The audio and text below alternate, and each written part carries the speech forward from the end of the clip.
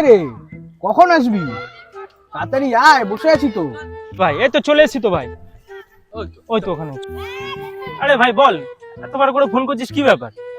আরে ভাবলাম ওয়েদারটা ভালো আছে, ওদের ফোন করে ডাকি, একটু প্রোগ্রাম করবো, অনেকদিন তো করি না, এই জন্য ফোন করছিলাম। তাহলে এক কাজ কর, তোরা 400 করে দে, বাকিটা আমি দিয়ে করছি। হ্যাঁ, হয়ে গেল। এ ভাই 300 দে। ভাই 300 বলছে ভাই। এ ভাই 200 দে। আয় ভাই আয়, আর দিতে হবে না তোদের, মারা প্রতিদিন তো আমারই কাজ। আয় আয় বাড়া, আমি খাওয়াচ্ছি।